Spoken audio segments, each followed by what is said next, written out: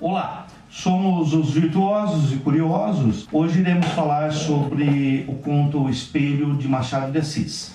Trata-se de uma obra realista, muito simples. O texto é bastante curto, mas muito complexo e bem psicológico, como tudo que Machado de Assis escreveu. Trata-se de uma narrativa em que há 5 amigos, na verdade sim, são 5 amigos já um pouco com idade avançadas. Eles estão comentando, conversando sobre assuntos existenciais, e de repente um deles se levanta, o que está mais quieto, chamado Jacobina, e começa a narrar uma história sobre a vida dele.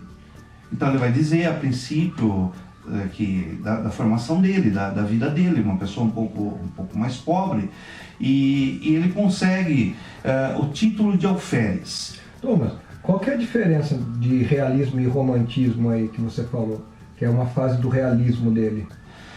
O realismo vai trazer à tona algumas discussões acerca da crítica social, vai levantar assuntos principalmente relacionados à sociedade daquela época, bem pertinentes, né?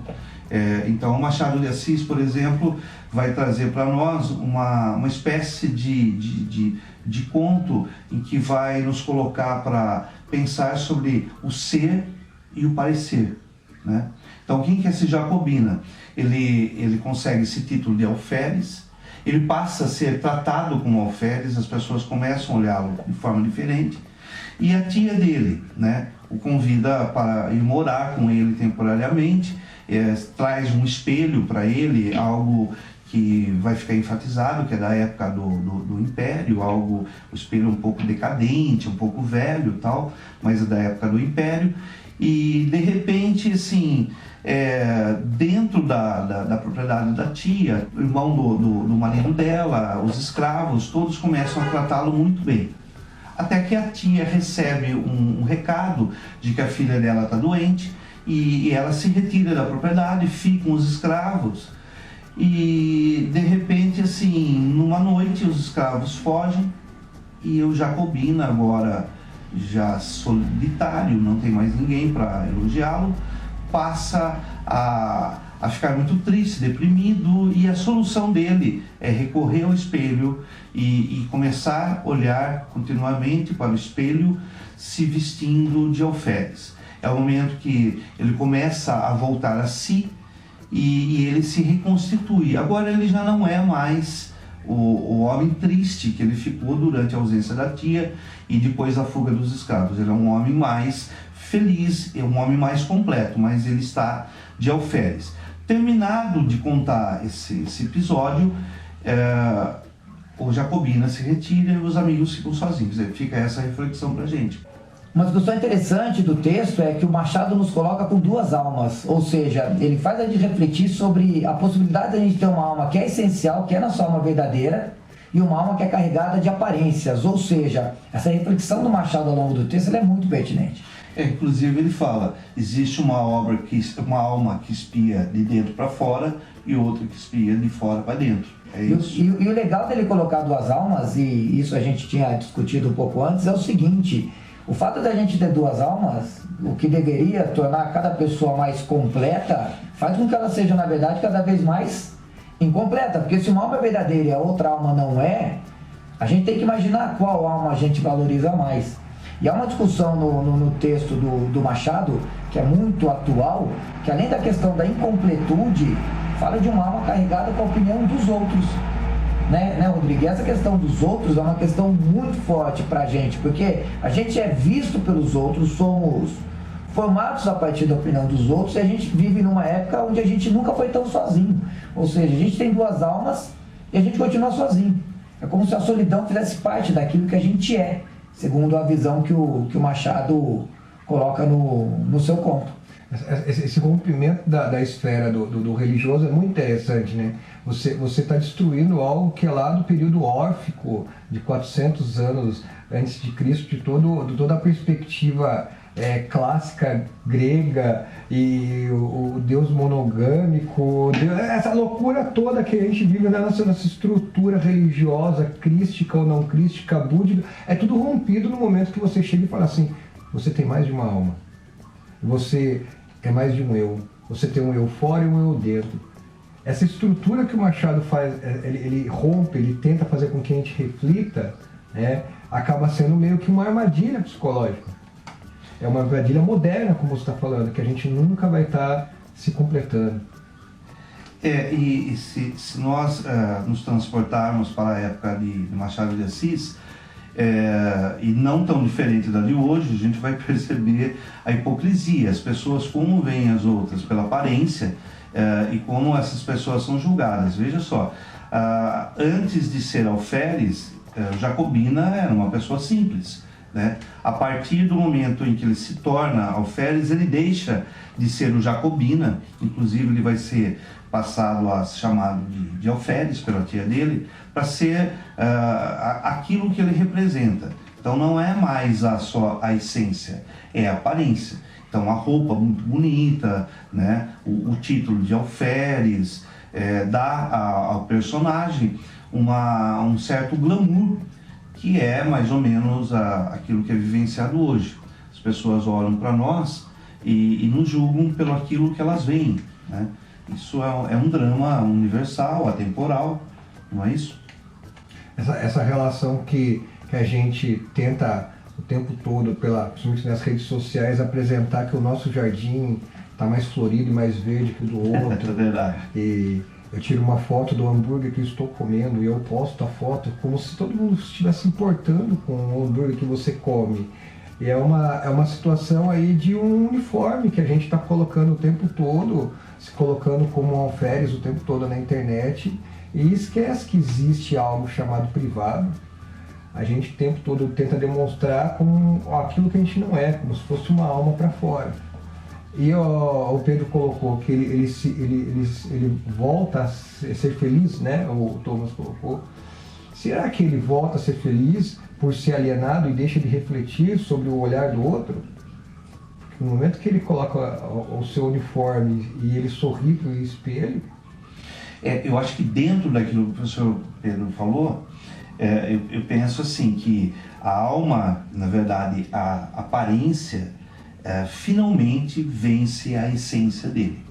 Ele passa a sucumbir àquilo que ele realmente era, e ele agora é tomado pela ideia daquilo que ele representa, não mais pelo aquilo que ele é, mas pelo que as pessoas enxergam dele. E há uma ideia de terror nessa colocação do Machado, porque a alma verdadeira só se manifesta quando ele dorme.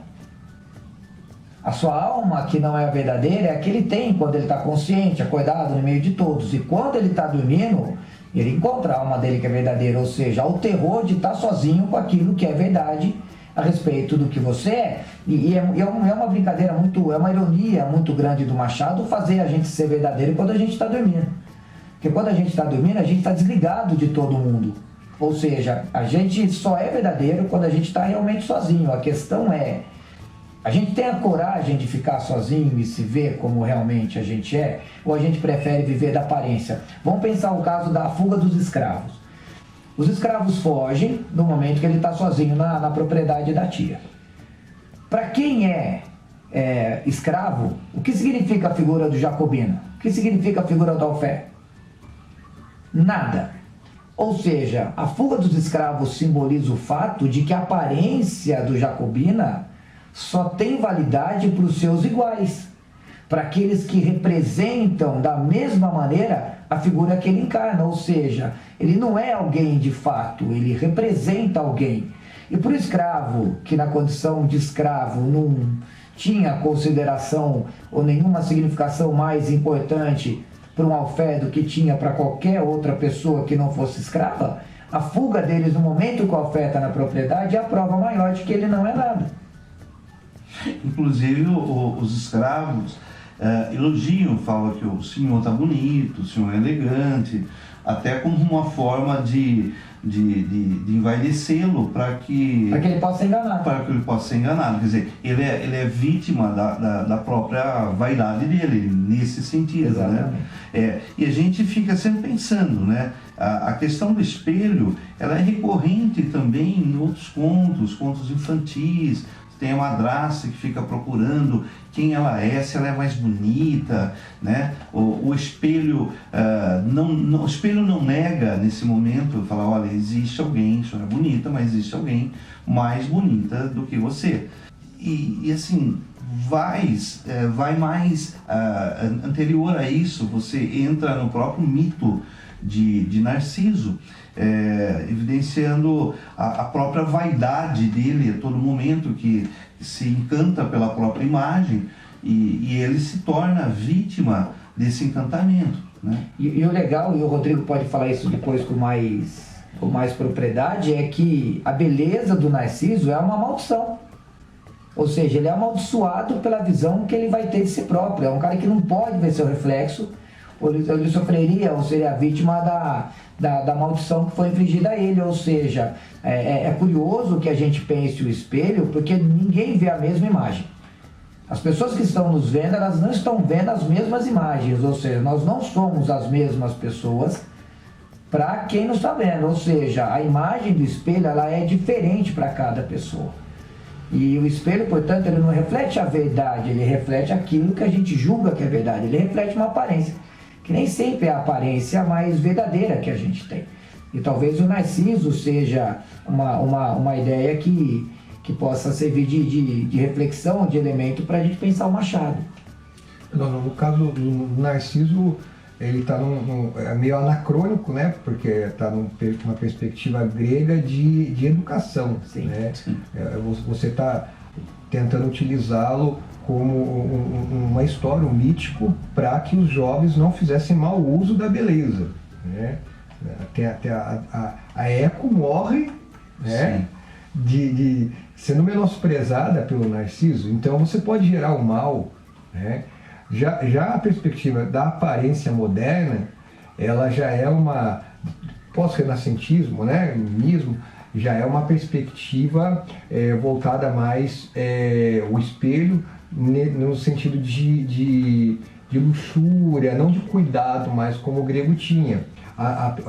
O inferno são os outros, porque o outro me vê como sou. No momento em que o Sartre ele coloca no Entre Quatro Paredes um dos personagens olhando no olhar do outro, porque no inferno não tem espelho, né? E você tá lá olhando, porque ela é vaidosa, ela tá querendo se pentear, pô, como será que eu morri? Ela chega lá, ela fala, abre os seus olhos que eu possa me ver. E ela começa a se mexer, e é um grito de desespero. Feche seus olhos, né? Eu nunca me vi no olhar do outro. O inferno são os outros, e eu sou o inferno do outro também. Essa reflexão, que é uma reflexão profunda, porque é um espelho. O olhar do outro é a aparência social, que é a crítica, de novo, que o Machado coloca no realismo. Nesse caso, o espelho ele ganha não só, no caso do conto, a questão do objeto em si, né? Mas ele ganha o olhar do outro. Quer dizer, o espelho é objeto lá sei lá, que reflete sua imagem, mas o espelho é o outro que te enxerga. É isso que você enxerga, exatamente.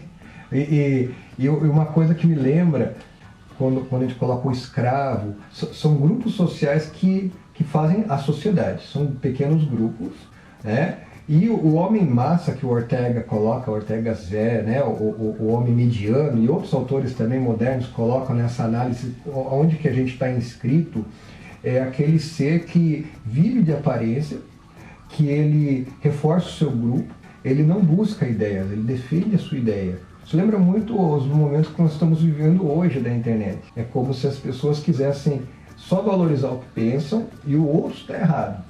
Quando você argumenta, não existe, não, eu estou certo, você está errado. Mas não existe mais, você está errado.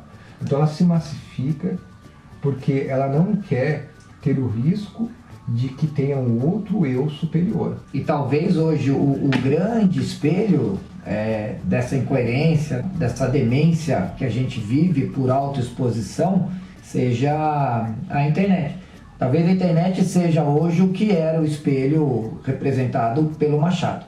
E assim como o espelho do Machado é perigoso porque cria uma aparência falsa sobre o que nós somos, talvez a internet faça a mesma coisa. E é importante que a gente pense nisso. né? A internet ela não é senhora e dona de todas as verdades e nem tudo que é apresentado nela é a verdade, assim como o espelho nem sempre reflete o que a gente é de fato. Então há que se fazer uma consideração e daí o caráter contemporâneo do texto, daí a importância do texto do Machado para que a gente possa pensar um pouco sobre o que nós somos de fato, sobre o que nós representamos ou sobre aquilo que a gente vê, não só a respeito de nós, mas a respeito das outras pessoas, né? E é maravilhoso isso que você está falando, professor, porque assim, outras obras do Machado de Assis, principalmente uma recente que saiu do vestibular aí, no caso Memórias Póstumas de Brás Cubas, ele traz para nós uma reflexão profunda sobre como a sociedade era de forma constituída de forma hipócrita, na medida em que o personagem vai até Portugal, ele não estuda, ele vai dizer, ele não estuda de forma coerente, ele volta para o Brasil e aí ele tem o que a gente chama de respeito de doutor, ele é visto como advogado, sendo que ele nunca, basicamente, vai trabalhar com isso. Mas, assim, vem com título, né, e as pessoas o tratam de doutor, ganha o respeito de doutor. Ele vai dizer isso, né, enquanto narrativa em primeira pessoa, né?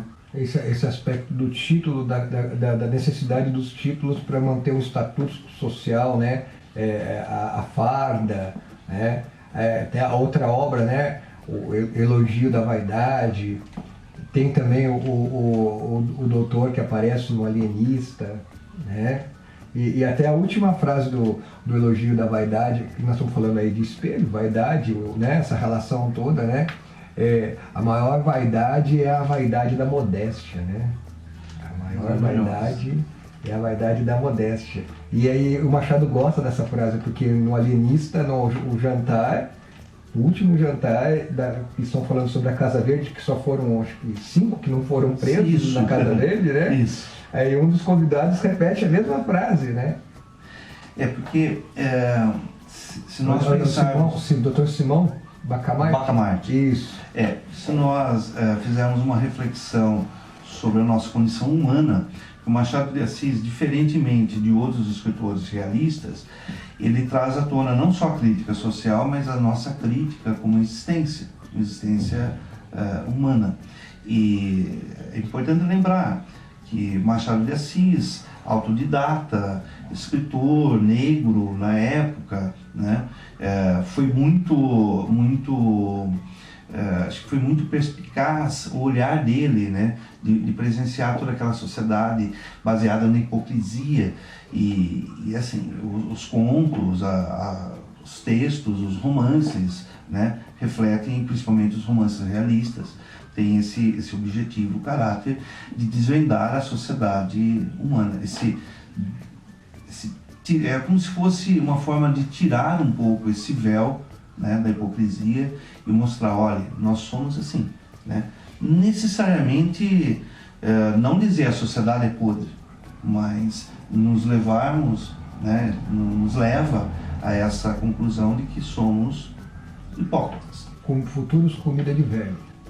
Isso, aos vermes que roeram minhas frias carnes, dedico estas minhas memórias. A ideia, portanto, é usar o conto do Machado para pensar um pouco sobre a nossa condição atual e tentar imaginar se o mundo que a gente tem de essencial, aquilo que a gente é de verdade, aquilo que a gente tem no nosso sonho, porque o sonho se torna o local da real existência, se esse mundo é tão assustador assim, para que a gente tenha tanto receio de olhar para a nossa alma e tentar ver o mundo de uma maneira mais justa, mais honesta e mais verdadeira, né?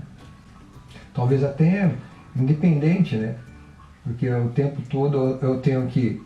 Será que eu tenho que pegar e espelhar-me? Eu tenho que ver o que falta na minha alma em relação ao que o outro é, ao que o outro tem. Talvez o processo do evoluir, dos sermos errantes, não precise ser feito numa relação de comparação.